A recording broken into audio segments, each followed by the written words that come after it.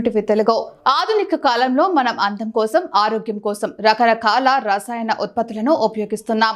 కానీ మన పూర్వీకులు ఆయుర్వేదంలో అద్భుతమైన వస్తువులను ఉపయోగించేవారు. వాటిలో ఒక తెల్లటి మెరిసే రాయిని ప్రతి ఇంట్లో ఉంచుకునేవారు.